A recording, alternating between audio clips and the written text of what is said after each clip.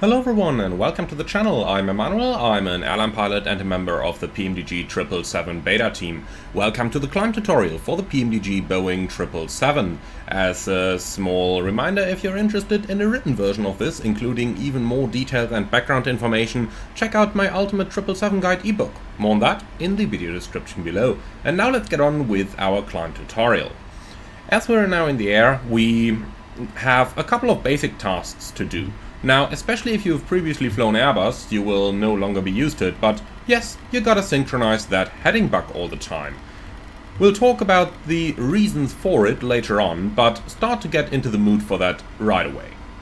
Now let's go ahead and continue our climb to a higher altitude. I'll start at 15,000 over here, and then we'll continue even higher later on. Now, since we're in the air, and since our engines have reduced to climb thrust, we can stop the chronometer that we had previously used to track our takeoff time and the time that the engine spent in takeoff thrust. Now, the 777 is an aircraft that flies pretty fast if it's at higher weights. At maximum takeoff weight, the flaps up maneuvering speed, so the up indication over here, may very well exceed 250 knots. Now, most 777 operators are going to allow their pilots to exceed 250 knots below 10,000 feet unless they are operating in Class Echo airspace. So most large airports have a Class Charlie, Bravo or Alpha airspace around where those operators will allow their pilots to exceed 250 knots without advising air traffic control even on it. Because air traffic control knows that heavy aircraft such as the 777 or the 747 for that matter might need such higher speeds. Nonetheless, if there is a speed restriction on your standard instrument departure, this might mean that you cannot retract the flaps straight away. The 777 does not protect you against underspeeding in such events. So let's say that we had a speed restriction at 220 knots as part of our SID. The aircraft would maintain 220 knots even if you retracted the flaps all the way to the up position because you were unaware of the restriction. So that's the difference between the 777 and other Boeing aircraft. Now, since this is the radar vector departure, let's go ahead and pretend that ATC is clearing us to proceed direct to Betty. So we go to the Lex page, copy the waypoint to which we want to fly, and insert it at the very top. Finally, we use the nav display in plan mode to verify that we didn't draw any nonsense, and when the routing is verified, we can click execute and verify that LNAV is engaged, and now we ensure that the aircraft is automatically flying us to the waypoint in question. We're passing 10,000 feet, so we can run our 10,000 foot checks right now. The checks are rather easy. Landing lights off. You can use the click spot on the word landing to operate them all at the same time. Turn off lights off, taxi light off, and if no turbulence is expected, we also turn the seatbelt signs back towards auto. Now, if we had used some custom entries on the RadNav page and the fix page, we can also clear them at this point. So RadNav will clear the manually tuned Kana CVOR, and on the fix page we are going to erase the Charlie Romeo India and the JFK fixes. Some operators prefer their pilots to keep the lights on when operating in airspaces where VFR traffic might be expected. By default, in the United States, Canada and in a lot of Caribbean airspaces, VFR traffic is allowed all the way until 18,000 feet. So some operators might ask you to keep the lights on up to 18,000 feet when flying in US airspace. I told you earlier that we always have to synchronize the heading bug. There is two reasons for that. The first one is that if ATC gives us a vector like turn a couple degrees left or right, you will immediately be able to follow suit. The second reason is FMC failures. In my career flying on the Boeing 737, I've had a lot of FMC failures, and when those happened, you immediately had to transition over to heading select. You wouldn't want to synchronize the heading bug then and run yourself into trouble. As we're approaching our cleared altitude, we got to control our vertical speed. Now, there is a simple rule. If you've got 3,000 feet to climb, then your vertical speed shouldn't exceed more than 3,000 feet a minute. 2,000 feet to go, no more than 2,000 feet a minute. 1,000 feet to go, no more than 1,000 feet a minute. The background for that is TCAS operation. So your TCAS is going to cause a traffic advisory latest 40 seconds before a potential impact, and a resolution advisory latest 20 seconds before a potential impact. This means that if we're climbing at 3,000 feet a minute and we got 2,000 feet to go to our cleared altitude, we already reached the 40 seconds mark, and at 1,000 feet to go we even reached the 20 seconds mark. Now imagine an aircraft is flying 1,000 feet above your cleared altitude. For air traffic control, you two are completely separated. But TCAS doesn't know that you are going to level off below that aircraft, so TCAS is always going to give you the warning. In the worst case, when you're climbing at 3,000 feet a minute and have only 1,000 feet to go to your cleared altitude, this can already cause a resolution advisory, even though for ATC you two are completely separated. It gets even worse when an aircraft is descending above you to an altitude cleared 1,000 feet above your own cleared altitude. In that case, TCAS conflicts can happen even earlier, and those need to be avoided at all cost. For that reason, limit your climb rate, maximum 3,000 feet a minute when you've got 3,000 feet to go, 2,000, 2,000, 1,000, 1,000. Now, contrary to other aircraft like the 737 or the Airbus in open climb mode, the 777 has a little feature to protect you against such excessive speeds.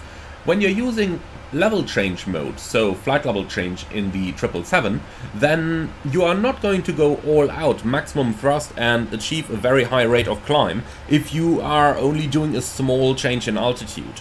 Let's go ahead and demonstrate this. So we've got 15,000 feet right now. Let's say ATC clears us to climb to an altitude of 16,000. I'm gonna set 16,000 up here. And if I now engage level change, you will see that thrust is not going to go all the way up to the maximum, but will only increase to a setting calculated by the FMC that will result in a moderate rate of climb. So let's go ahead and have a look at that. So we are going to do a climb of 1,000 feet only. If I now engage level change mode, you will see that the active mode becomes thrust and not thrust ref, which means that the thrust does not increase to the maximum reference, but only to a predetermined thrust setting. And you can see that this results in a moderate rate of climb, somewhere in the region around 1,000 feet a minute, a little bit more or a little bit less. The exact rate can vary because the aircraft favors a constant climb power setting over an exact rate of climb. So as you can see, we get a constant power setting, and this results in a moderate rate of climb on our way up to 16,000. Now, this thrust setting is constantly recalculated, so let's say that we are getting re-cleared to climb to 17,000 now. Then all of a sudden we have to cover a little bit greater distance, and the aircraft is calculating live if it should increase the thrust or not.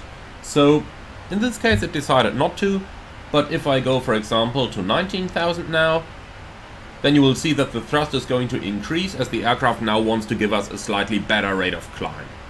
By default, the climb rate is calculated so that it takes something between 60 and 120 seconds in order to reach the new altitude. But the aircraft calculates that dynamically and is going to adjust for any changes you make. So right now it's giving us something about 1,700 feet a minute. If I now increase the altitude much higher, let's say to 30,000, then you will see that it's now adding thrust all the way to the maximum because now the limitation no longer applies. So this is a very easy and nice feature of level change compared to other aircraft that would give you a large rate of climb, where you would normally use vertical speed mode if you wanted to change altitude just slightly. In the 777 you can use level change for that, as it has this smart feature built into it. We're about to reach our transition altitude, so let's go ahead and set standard. And that's standard crosscheck passing level 183. Now, this crosscheck is very important as we're about to enter RVSM airspace when climbing through level 285, and inside RVSM airspace we need to ensure that our altimeter error is within a certain predefined limit And for that reason, we cross-check the altimeters as soon as we change the altimeter setting. Going into more theory then, we've got 3 different climb speeds available in the 777. So, by default, we have econ speed. Econ speed is going to result in the minimum trip cost.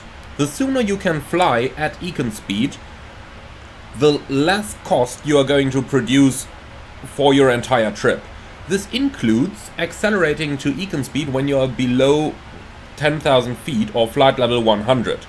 However, since the risk of bird strike is greater at these lower altitudes, every airline will have its own policy whether pilots are to accelerate in case the 250 knot restriction is lifted from air traffic control, or whether the airline wants their pilots to maintain 250 knots for the reduced risk of damage if a bird strike should occur, and only accelerate once 10,000 foot have been reached.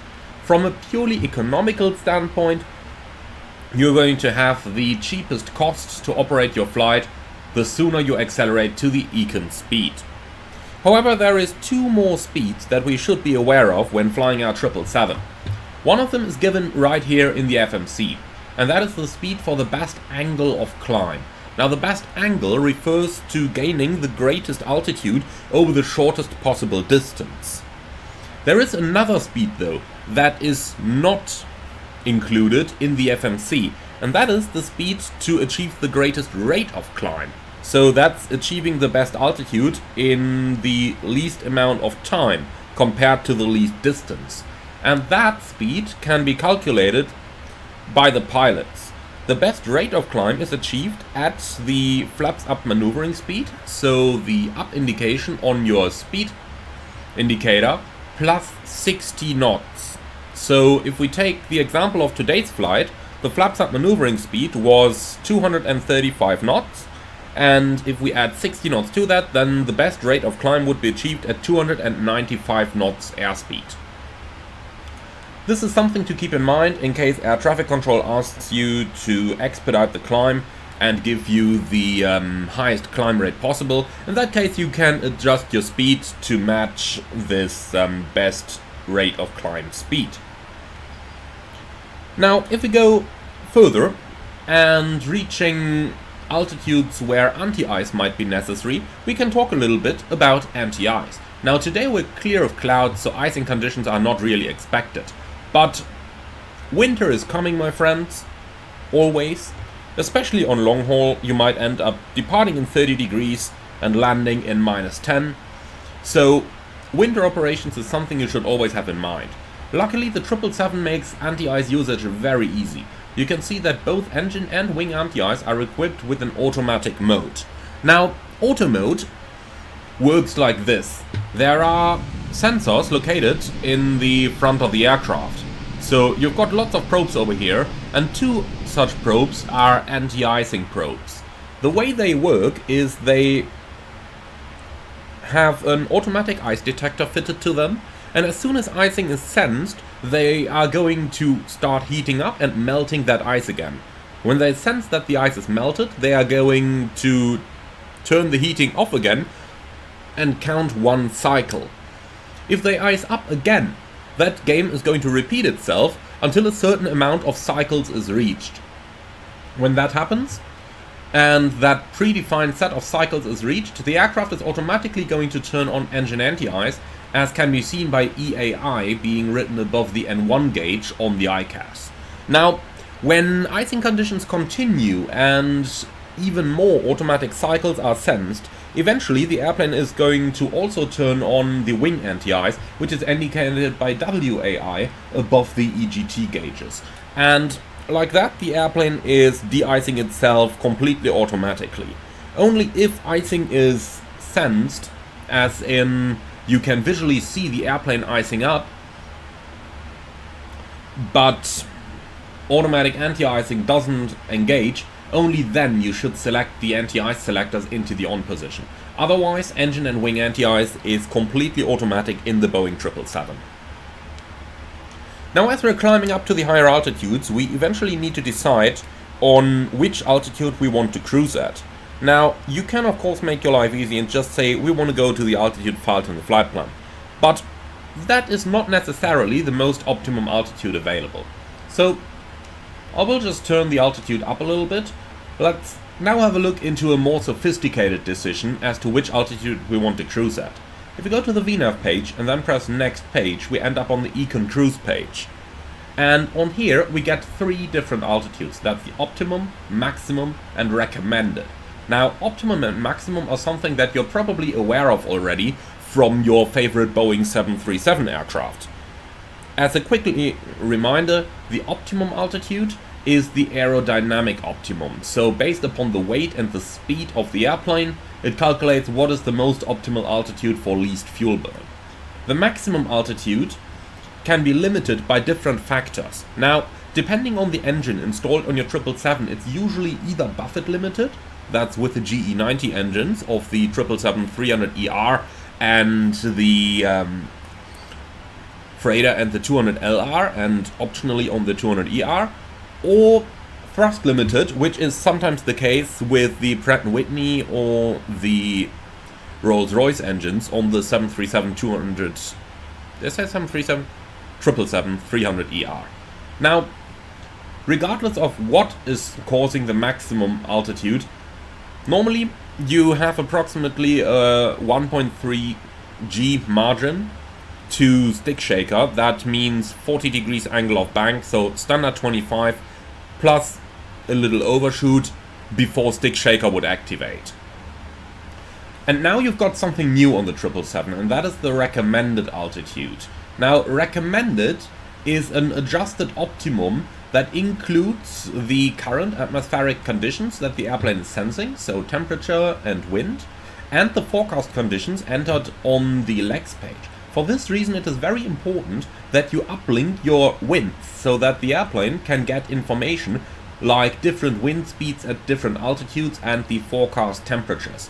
And all of these are taken into account for the recommended altitude, together with the currently set altitude and the step climb size as well. So the airplane is smart and it knows that we want to step in RVSM sizes, so if 350 is set as cruise level, then the recommended would be adjusted as necessary. It wouldn't show you something like 345, it will always be full thousands then.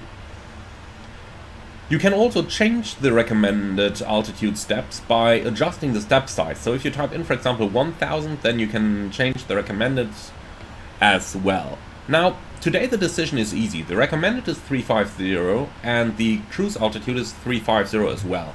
That means we're going to climb all the way up to flight level 350. Like that. But if there were differences, for example, if there was a stronger wind at a lower altitude, then the recommended might very well, for example, read something like 330 rather than 350. And even though that is below the optimum, you would normally choose the recommended altitude as your preferred cruise level, unless there are reasons against that. For example, if you're about to enter oceanic airspace, you might just climb to the best oceanic level. We will talk about the best oceanic level at a later point in time. So we're approaching our cleared altitude. Remember the 3-2-1 rule, so we're going to limit our vertical speed over here. And here's a little gotcha when you select vertical speed at high altitudes in the 777. You can see that the speed window opened, but in indicated airspeed, not in Mach. And that's a feature of the actual 777, or rather a shortcoming of its programming. But nonetheless, you need to change it over to Mach number manually when you're operating in high altitudes. So you can see the Econ is 829, and by maintaining the indicated airspeed 290 that it opened on for a longer time, we had already increased to Mach decimal 837. So be sure that whenever you change to vertical speed or flight level change at higher altitudes, you got to make sure that your window opens in Mach and not in indicated airspeed. So altitude is captured, that means we can go back to VNAV now, and with that we made it all the way up to our cruise level. Now, there is one more important piece of information that I want to go over before we are going to conclude the climb tutorial, and that is the altitude selector. You might have seen that whenever I changed my altitude, I switched from auto over to steps of 1000s, and then back to auto. There is a reason behind that. Obviously you can just be lazy and leave it in steps of 1000, but let's assume that you're accidentally touching your altitude selector and accidentally dial something in. If it's set to steps of 1000, then instead of our cleared level, you now see 360. Now 360 is a normal cruising level that you might very well expect to receive on a climb, and therefore it may be very hard to detect the accidental error that you made. Now, if we select the altitude back to our target altitude and now switch over to steps or to automatic steps, and now you accidentally touch the altitude selector, you can see that all of a sudden you've got 351 dialed into here. It is a lot easier to detect a level that is not normally being used, such as flight level 351, than it is to detect a normally used level such as 360. For that reason, whenever you change your altitude, you can use these steps of thousands to make it easier to change the altitude around, but thereafter be sure to return to the automatic setting so that in case you accidentally touch the knob, there is no large error being made. This concludes our climb tutorial. Thank you very much for watching. I do hope that you learned something on this one. Be sure to let me know in the comments below. And if you like this one, then be sure to leave a like on YouTube as well, comment to let me know what you think, and subscribe if you're up for more. Finally, if you really love what I'm doing, I would appreciate a small donation through the Buy Me a Coffee link in the video description below. And if you're interested in a written version of this tutorial, have a look at my Ultimate 777 Guide ebook. More on that in the video description below. Thank you for watching, and I see you all again on the next one.